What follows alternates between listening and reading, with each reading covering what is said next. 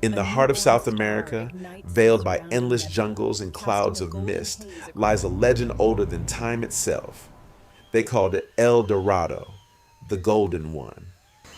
A city said to be built entirely of gold, hidden somewhere beyond the Andes, where the walls glowed like fire beneath the rising sun, and the rivers flowed heavy with sacred dust.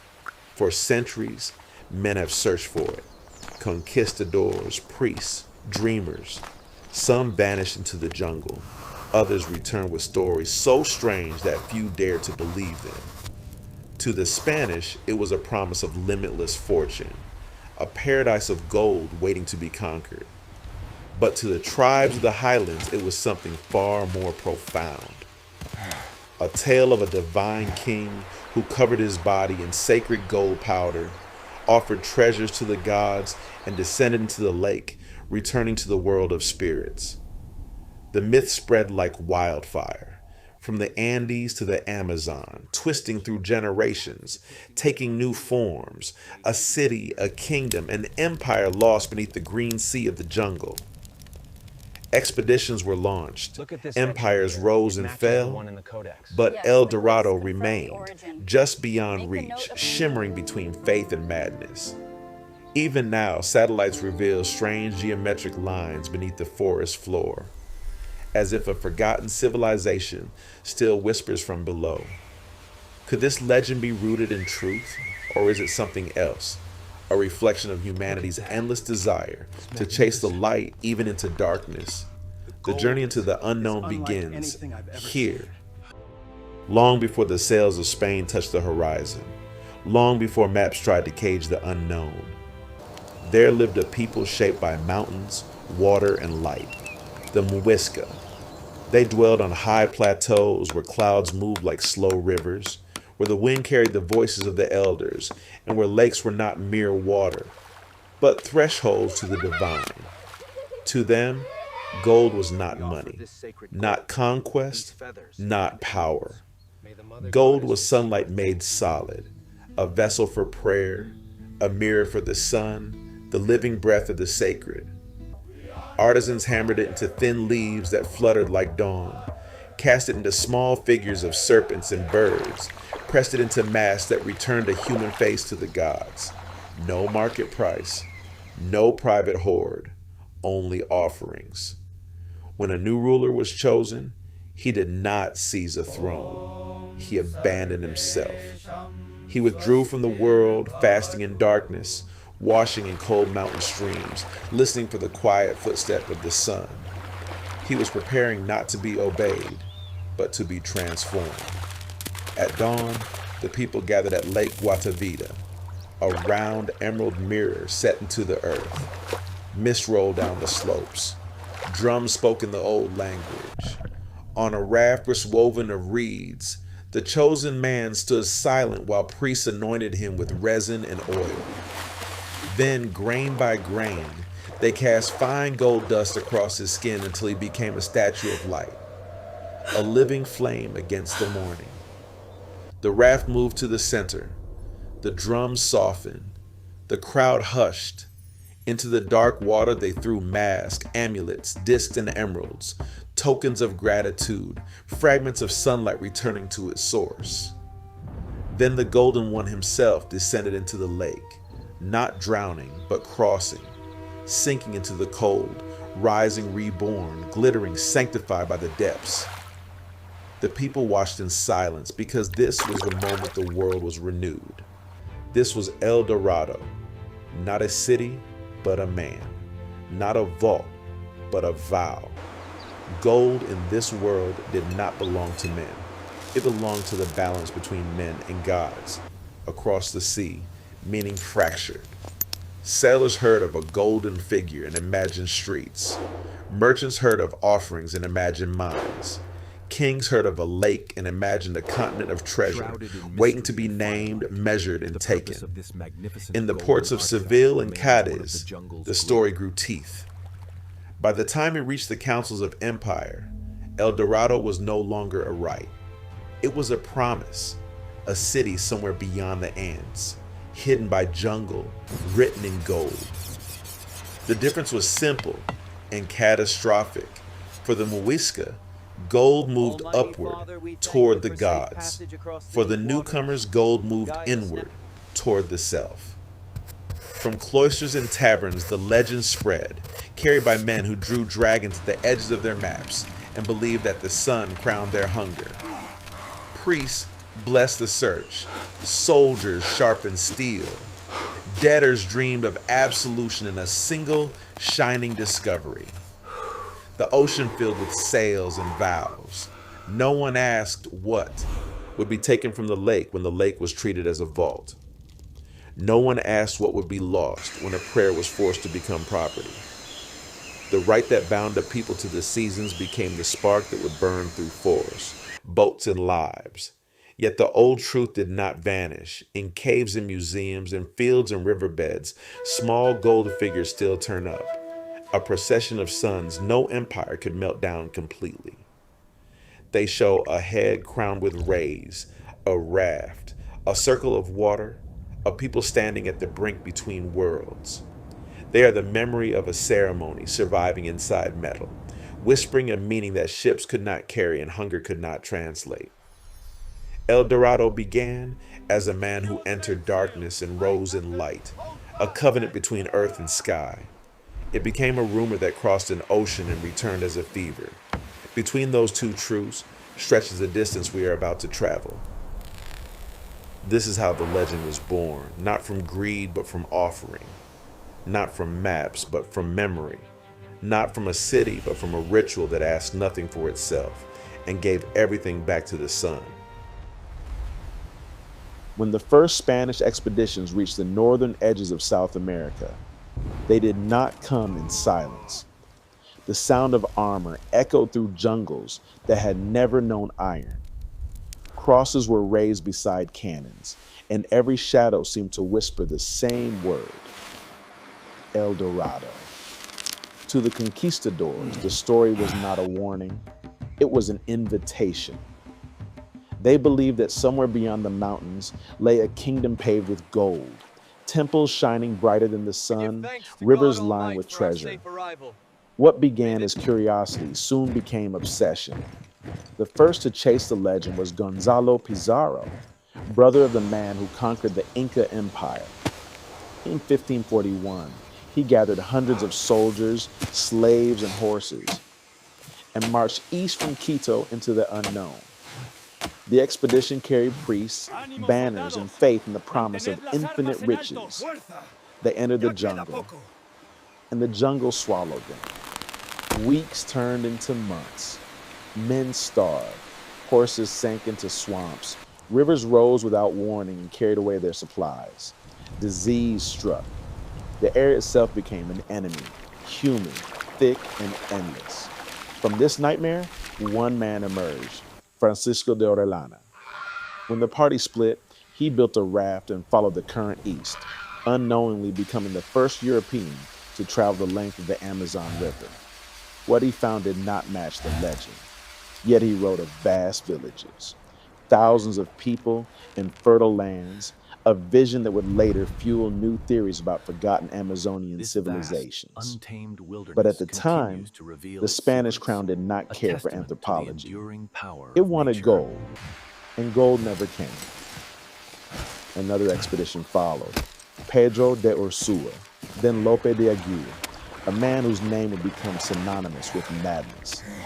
In 1560, he too set out into the green abyss, convinced that destiny itself demanded he find El Dorado. His journey ended in blood. Ursua was murdered. Aguirre declared himself Prince of Freedom, cursed the King of Spain, and led his men on a rampage through the jungle until he was finally hunted down and executed. The search for gold had become a sickness of the soul. Yet even after these disasters, the dream refused to die. New explorers came: Sebastian de Belalcázar, Hernán Pérez de Quesada, Sir Walter Raleigh, each convinced that the last map, the next valley, the hidden river, would finally reveal the Golden City. None found it. Most never returned. The jungle does not reveal its secrets easily. It devours men and keeps their bones as warnings. Still, Europe could not let go. The name El Dorado appeared in every royal court, in every chronicle, every prayer of conquest. Painters imagined golden towers reflecting the dawn. Cartographers drew vast, glittering cities on maps of places they had never seen. For kings, it became justification. For soldiers, redemption. For priests, proof of divine favor. And so the fever burned on, a flame fed by greed, by faith, and by the silence of the unknown. Somewhere between myth and map, thousands perished, and the land that once echoed with drums of the Muisca now trembled under steel and fire. El Dorado had begun as a sacred offering. Now it had become a curse, one that would haunt explorers for centuries. The legend of El Dorado refused to die. Even after jungles swallowed armies and rivers carried away the bones of men, the dream still glimmered, just beyond reach. In Spain's royal courts, the failures of the first explorers were rewritten as promises. They went the wrong way, said one. The city lies farther east, claimed another. Each new map became an echo of the last. Another guess, another obsession drawn in ink and faith. Then came a man whose name would burn into the chronicles of madness, Sir Walter Raleigh. A poet, a soldier, a court favorite of Queen Elizabeth III. Raleigh was no ordinary adventurer. He dreamed of empire, of glory, and of redemption through discovery. In 1595, he sailed across the Atlantic with a small fleet, determined to find the golden city said to lie within the jungles of Guyana. His men followed the Orinoco River deep into the interior. Weeks of endless green, of fever, insects, and silence. Villages appeared and vanished in mist. Strange carvings marked the rocks. In his writings, Raleigh claimed to have heard of a vast kingdom rich in gold, ruled by a mighty chief, a land he called Manoa the Golden. He described lakes that glowed like mirrors and temples plated with shining metal.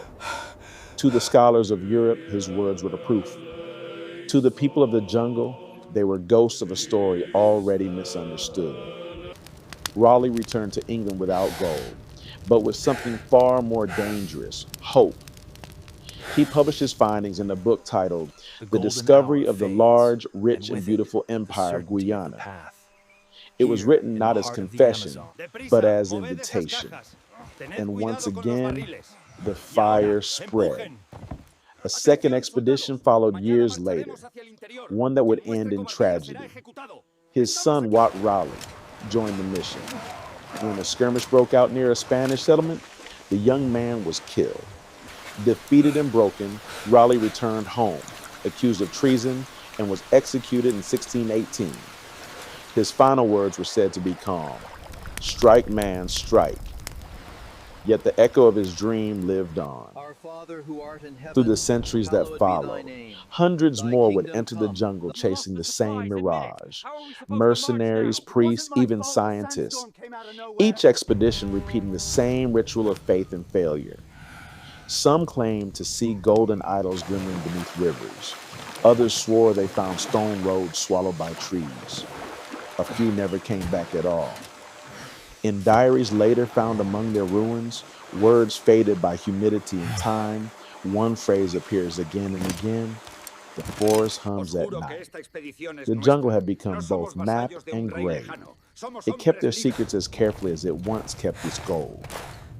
And so, El Dorado, once a ritual, then a myth, had now become a haunting. The fever for gold had turned explorers into pilgrims of their own destruction. Their names vanished into rivers, their faith into silence. Yet the story survived, because the story was never theirs alone. Centuries passed, and still the shadow of El Dorado lingered above the jungles and lakes of Colombia. The age of conquest had ended, but the age of curiosity had just begun. Men of science now replaced men of war. Yet they followed the same trail, guided by the same whisper. The city of gold must have left a trace. The name that returned again and again was Guatavita, the sacred lake where the Golden One had once offered treasure to the gods, a perfect circle carved by ancient fire, rimmed with cloud forests and silence. From its depths, local people still found fragments, small golden figures, discs, amulets washed up by the rain. They were delicate, intricate, unmistakably ancient. And each discovery reignited the same question: what else lies beneath? By the mid-1500s, Spanish colonists had already tried to drain the lake. Using buckets, wooden troughs, and prayers, they dug a trench through the mountain wall, hoping to expose the bottom where they believed mountains of gold lay hidden. What they found instead was mud, exhaustion, and death. The lake resisted them. The earth collapsed, burying dozens of workers. Still, a few small artifacts surfaced, thin plates of gold, masks, and jewelry, enough to keep the dream alive for another generation. In the centuries that followed, the attempts continued. In 1856, Bogota businessmen financed a new effort with modern tools. They lowered the water level, collected every piece of gold they could find, but again, there was no city, only offerings. Votive pieces left by hands that had never sought wealth. Then, in 1911, a British company led by Hartley Knowles returned with pumps and dynamite. They blew a channel into the crater, draining almost half the lake. And what they found at the bottom stunned the world. Dozens of artifacts emerged. Tiny golden figurines, masks, and ornaments unlike anything known in Europe. Yet the pattern was clear. All were ritual, symbolic, sacred. None pointed to temples or walls or palaces. The conclusion was inescapable. El Dorado was not a lost city, but a misunderstanding. A ritual transformed into myth by the greed of those who could not read its language. Modern archaeology confirmed what the ancestors already knew. The Muisca were not builders of gold cities, but guardians of cosmic balance. Their offerings were acts of harmony, not ambition. Still, the image of gold beneath the water refused to fade. Even as scientists documented their findings, newspapers spoke again of the golden city of the Andes. Treasure hunters arrived, diving into the lake with ropes and helmets, searching for what centuries had already denied. Some brought up nothing but stones and weeds. Others claimed visions, lights flickering beneath the surface, voices that called from the depths. One diver wrote in his journal, "When I reached the bottom, I felt watched, as if the lake itself was alive." Perhaps that was the final truth of Guatavita. It was never hiding gold. It was guarding meaning. The lake remains sacred even now. Tourists stand at its edge, unaware that beneath the surface lies not treasure, but memory. The memory of a world where gold belonged to the gods and where giving was greater than having. In the end, the search for El Dorado revealed no city, but it did reveal us, our hunger, our blindness, and our need to believe that paradise can be bought. Yet the lake still gleams at sunrise. And when the wind moves across its surface, El Dorado, it seems to whisper the same word that started it all. El Dorado. For centuries, the jungle had been seen as empty, a green void swallowing all who dared to enter. To the conquistadors, it was chaos. To scientists of the 19th century, it was wilderness. But the jungle had never been empty. It had only been quiet. And now, that silence is beginning to speak. In the last decades, technology has pierced what eyes and maps could not. LiDAR, light detection and ranging, sends invisible beams through the canopy, stripping away leaves and shadows, revealing the bones of forgotten worlds. What archaeologists began to see beneath the Amazon stunned them. Hidden under centuries of roots and soil were massive geometric structures, plazas, roads, terraces, canals, even entire city grids. One network stretched for dozens of kilometers, perfectly aligned to the rising sun. Another revealed elevated causeways linking what had once been enormous population centers. Suddenly, the idea of a lost civilization buried beneath the green ocean of the Amazon no longer seemed like fantasy. It was real. It had been there all along. These discoveries rewrote history. Where once scholars believed the rainforest could not support complex societies, the evidence now whispered a different truth, that millions might have lived here long before Europeans arrived.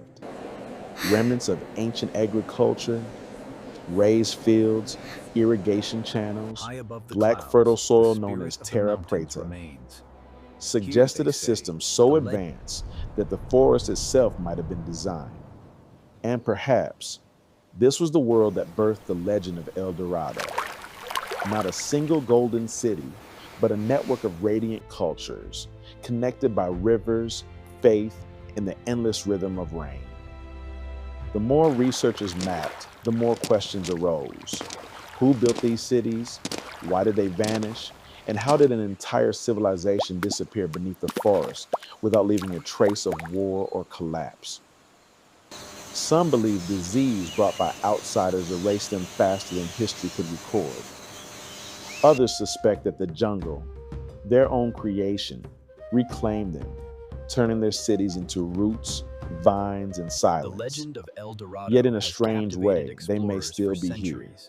The forest that hides them is also their monument, alive, shifting, eternal.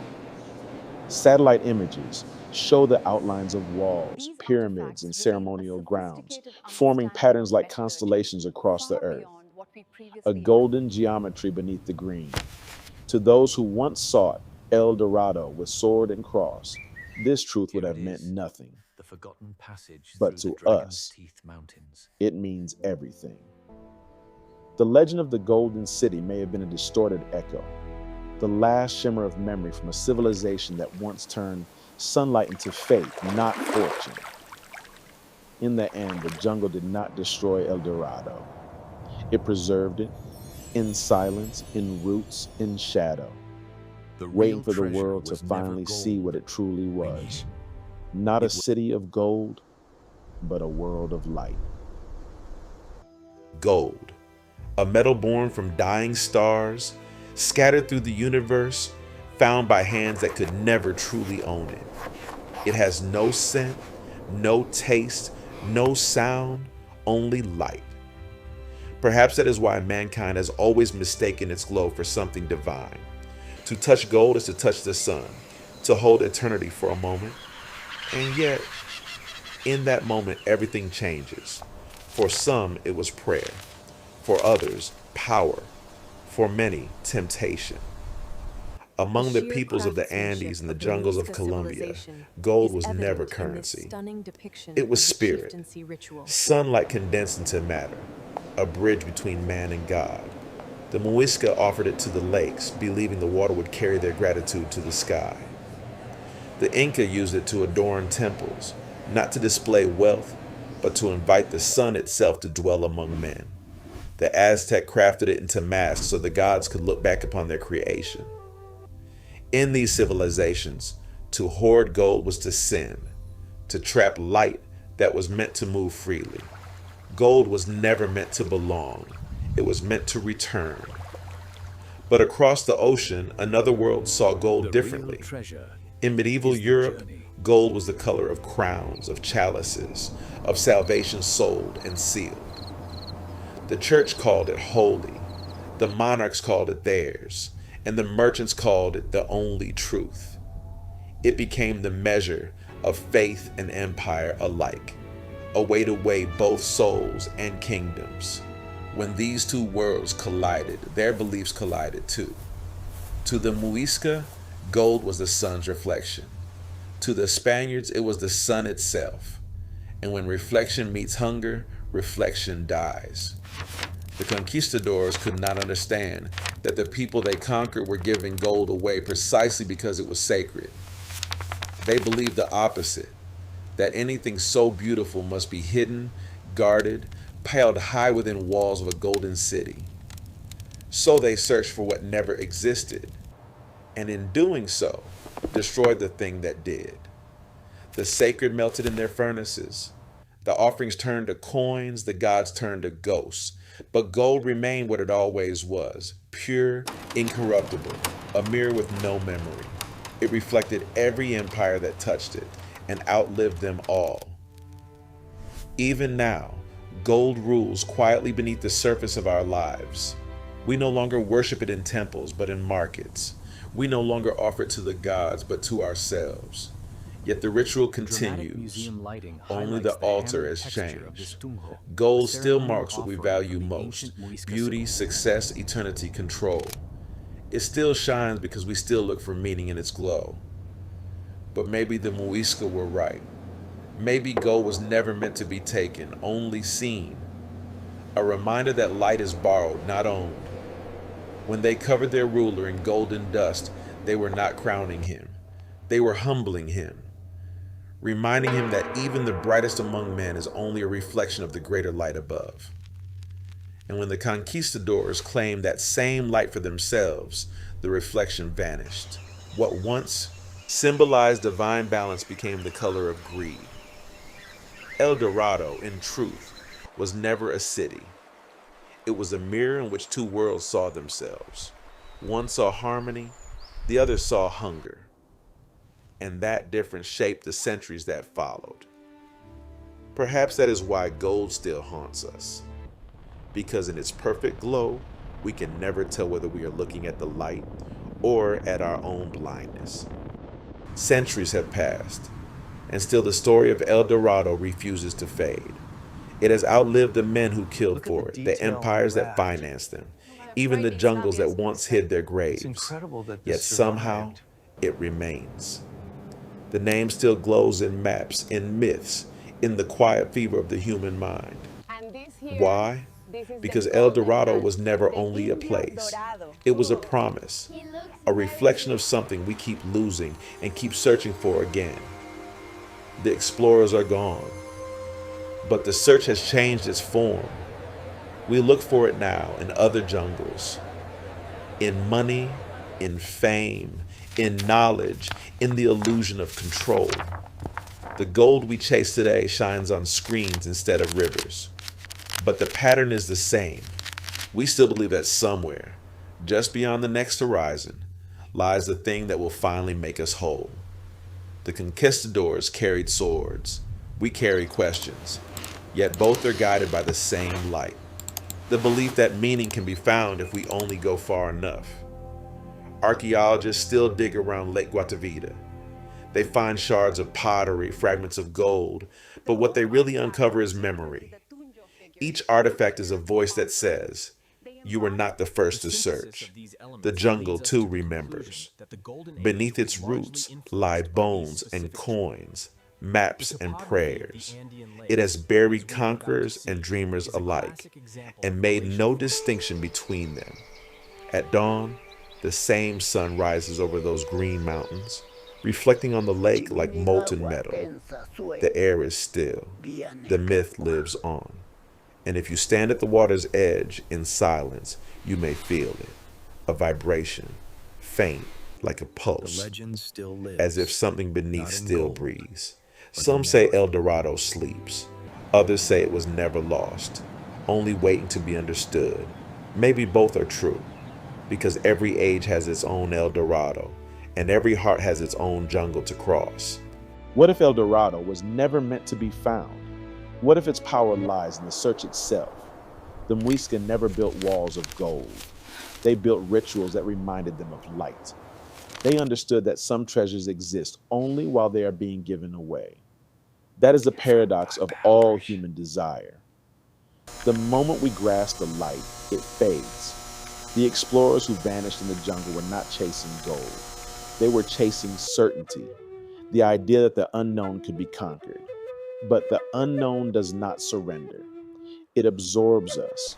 And perhaps that is mercy, because in being lost, we learn what it means to see. The story of El Dorado is older than the conquest, older than kings or nations. It is the same story told in every age under different names: Eden, Atlantis, Shangri-La, Paradise Lost. Each version carries the same truth. Humanity cannot stop looking for the golden world that reflects what it once was: innocent, balanced, connected to the divine. We dig through earth and time not to find gold, but to remember light. And maybe that is why the legend will never die, because somewhere inside us there is still a lake, still a raft, still a man covered in golden dust standing at the edge of dawn. Was never for He looks gold, toward the rising sun. but He for breathes, meaning. and then he steps forward and into the water. The surface ripples once, then stills. The reflection of the sky returns.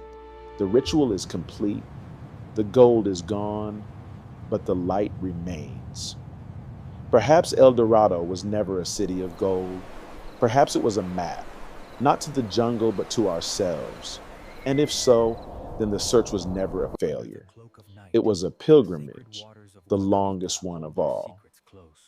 Because every time humanity forgets what it means to give, the legend of El Dorado returns like sunrise through the mist, reminding us the true treasure has always been the light we carry, not the gold we seek.